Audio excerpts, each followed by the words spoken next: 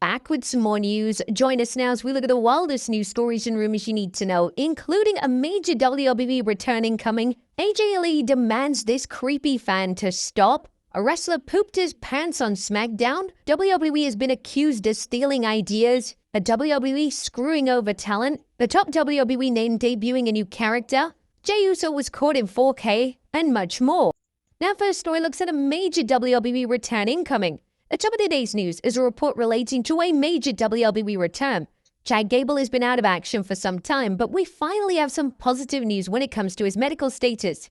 According to PW Insider Elite, the talented star is expected at the WWE PC this week, and they'll begin the work to return to the squared circle. Chad Gable is expected to be at the WWE Performance Center this week to work towards his return to the ring from shoulder surgery. PWInsiderElite.com can confirm. Gable underwent shoulder surgery this past July in Birmingham, Alabama. This is fantastic news, as Gable was one of the most dependable and reliable names on the entire roster. It'll be interesting to see how Gable is repositioned on TV, as the El Grande Americano character is now portrayed by Ludwig Kaiser, so it's possible that Gable simply reverts to his original persona. Or WWE are probably going to go the obvious route and probably do a storyline to see who is the real El Grande Americano. Come on, they've done it before with The Undertaker. There are calls from fans to see WWE give Gable a significant push up the card when he returns, as he still has yet to win a singles title outside of the Speed Championship. Next up, a wrestler pooped his pants on SmackDown. Did a returning Zack Ryder poop his pants on SmackDown last week? While in a social media exchange between Ryder and Karrion Kross, Kross revealed that Ryder soiled himself when he was powerbombed on SmackDown. When Matt Cardona made a tweet of the top sellers on WWE Shop, he made a little jab at Karrion Kross, saying, "I won't let it get to my head like Karrion Kross did." But Karrion Kross actually replied saying, "Hi Matt, been very busy this weekend making an honest effort in restoring the independent market, unlike you. Noticing all your incessant tweets now. Very happy for you. Also, Ricka said that you shit your tights on the Powerbomb live on TV. What happened there, bro? Hashtag Zach Poopy Ass." Now, it is unclear if Kross was just joking with this playful remark, but if Ryder did indeed poop himself, it'd certainly become a WWE return to remember for the former IC champion. Next up, AJ Lee demands a creepy fan to stop. The AI is getting out of hand in the pro wrestling space, as one bizarre fan has decided to use AI to produce an image of AJ Lee kissing him. This creepy post was called out by fans, and AJ herself has taken to X to ask the fan to delete it. This is inappropriate, and it's harassment. Please delete. Now, as things stand, the post is still live and the fan hasn't deleted the post despite the community note underneath confirming that this is AI. Weirdly, countless fans have stated that they have reported the post to X, but it is yet to be taken down. This type of behavior isn't okay, and we're seeing time and time again fans pushing things too far and not respecting pro wrestlers in any way, shape, or form. There was even a fan waiting right outside of CM Punk and AJ Lee's hotel, with Punk even turning around and giving the fan a pretty dirty look. Next up, a former star blasts WWE. A former WWE star, David Otunga, recently appeared on the Ariel Helwani show, and the former tag team champion criticized WWE for how they've handled John Cena's retirement run. According to Otunga, the run has failed to live up to expectations, and it could have been way more exciting. Honestly, I wish it could have been a little bit more exciting. I don't think it was what people expected. Like, I wanted him to have a farewell tour like Kobe did, you know? Remember, like, Kobe's farewell tour was awesome. I felt like Cena deserves that because, let's be honest, you know, he comes out and he says he's the greatest of all time. He's not necessarily wrong. I mean, the guy does deserve it.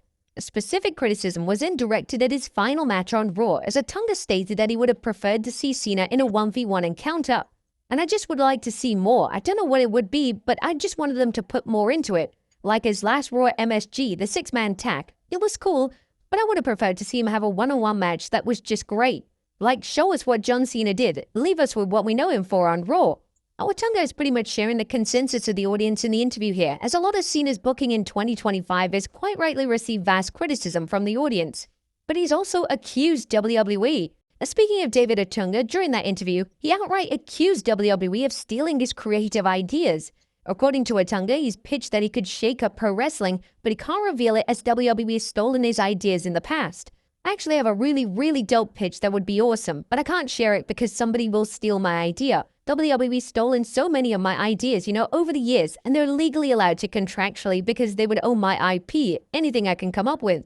Now, Otunga doesn't exactly clarify what ideas WWE have stolen from him or when exactly these ideas were stolen. It's also unclear how he would use those ideas for his own benefit.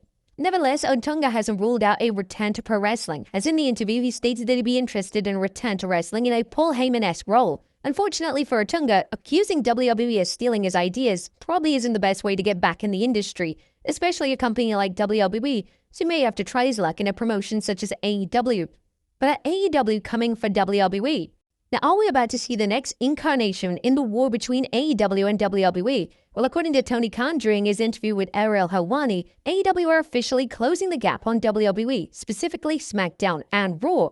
We're seeing a good response and we're really closed the gap. If you look at where AEW is as a percentage of the WWE shows, this is really one of our strongest runs. And if you look at where WWE is, say the audience at Dynamite compared to SmackDown, for example, or Raw, this is a great time for us. You would say that, along with some of the peak times in AEW, this is right there. This is a really bold claim, but it's not like Khan would come out and state that AEW ratings are in the gutter and WWE are annihilating them. Next up, WWE launches a new YouTube channel. Now, The Undertaker's ventures into the digital world are continuing, as WWE are launching an official Undertaker YouTube channel. In an official press release issued yesterday, WWE stated 35 years ago at Survivor Series 1990, a 6'10" beast marched to the ring, dominated the action, and started one of the greatest careers ever in WWE. To celebrate the 35th anniversary, Undertaker launched his official YouTube channel. Subscribe to The Undertaker on YouTube for rare moments like vignettes, iconic full matches, backstage stories, and more. Plus, don't miss the new episodes of 6 Feet Under as a Phenom sits down with the legendary rivals and top WWE stars. Now, fans on X are questioning why these videos aren't just added to the main WWE channel, but it's possible that WWE may look to do this with their other top stars such as John Cena and Roman Reigns. The Undertaker channel is said to launch with the dead man personally reacting to his iconic Survivor Series moments. Logan Paul didn't take the news very well as he retweeted the news of The Undertaker having his new YouTube channel and saying, "I'm tired of these outsiders thinking that they could just become YouTubers." Next up, Survivor Series change confirmed. There was some confusion amongst fans regarding Charlotte Flair's Survivor Series status. On SmackDown last week, Flair quit the babyface side of things, but on Raw, she appeared to be back on side. It has now been confirmed by Alexa Bliss during an ESPN interview that Flair is 100% back in the match and she will wrestle next weekend at Survivor Series. Weirdly, WWE is yet to drop the official graphic for the match, which likely explains why fans are so confused as to whether or not Flair is included in the official lineup. The reported lineup for the match is now follows: Alexa Bliss, Charlotte Flair, Rhea Ripley, Io Sky, and AJ Lee versus Nia Jax, Lash Legend, the Kabuki Warriors, and Becky Lynch. AJ and Lynch have yet to be confirmed for the match itself, but it's likely going to be done on SmackDown tomorrow night.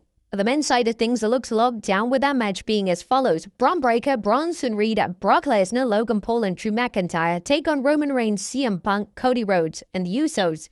Now, there have been calls from fans to see John Cena replace Jim Uso, but it's unlikely that Cena pulls double duty on the show, as he's already confirmed to wrestle Dominic Mysterio. It's reported that WWE are concerned that Cena may be injured in the match, which is somewhat understandable, but as long as Cena doesn't take any major bumps, WWE and talent involved could easily protect him. Next up, are WWE screwing over talent? Now, it's extremely rare for wrestlers to openly discuss their pay and media appearances. However, CM Punk is a name that doesn't exactly follow the rules, and during a new interview with Mostly Sports, the reigning world champion has shockingly revealed a new pay structure under TKO. According to the world champion, the pay structure has changed in WWE, and being world champion doesn't mean that you're gonna get more money. The business has radically changed. It was a different place when I signed than when I debuted, and then when I came back. Like, it's such a radically different place. The thing with the title too is it also means you made more money. That does not exist anymore. It's good and bad. Like, we all make more money now, which is thumbs up. Additionally, Punk revealed that during his initial run, his pay was determined by the attendance of shows, but everyone now is paid via set salary, and this can hurt the ambition of some of the talents. My paycheck was always predicted on how many people were in the building. It's always driven towards ticket sales and the business of it. And when you're in the main event, you get paid more money. Now everyone is just kind of on a salary. I think that's good and bad. It's good for the boys, but I also feel like there's not the same ambition, you know? I always wanted to be in the main event because it got me more money. Punk would add that he no longer cares if he's in the opening match, as he's going to get the same pay if he was closing the show. This is a fascinating insight, as most of this information was kept strictly under wraps.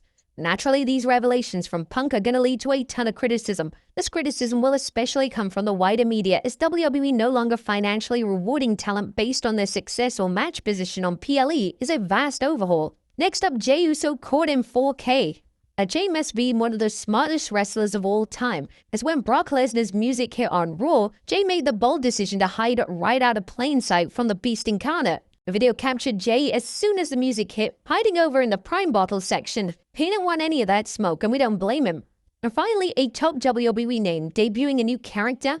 Our final story today takes a look at Becky Lynch and how Lynch is seemingly debuting a new character on social media. Since Lynch lost the Women's Intercontinental title to Maxine Dupree, Lynch has been slowly losing her mind on X. Lynch has been pointing out inconsistencies with WWE management, and she even shattered the fourth wall by stating, "Let's not forget AJ Lee's music and the LED boards. Those things don't just magically pop up when someone steps through the curtain." AJ told Pierce to hit her music. Pierce was of course fine with it because the fans will be happy and not notice his awful decision-making in allowing this match in the first place. Maxine was in on it too because she knew there's no way she could win without it, which she did not do. The courts will verify this. Now, this is one of the first times in WWE that a wrestler has addressed this type of spot. Lynch is right. Who played AJ's music and why was this illegal interference authorized? This new progression of Lynch's character could be her most exciting character in years, as she's basically portraying a paranoid wrestler who believes the entire roster and crew is out to get her. Social media is vital in order to get this type of character and angle over. Lynch has been posting on X non-stop since her title loss, so like she always does, is gonna do everything she can to get the storyline and character over. But there you have it, folks. So all this news, stories, and rumors you need to know, be sure to leave your comments down below, and I'll see you next time with some more wrestling content.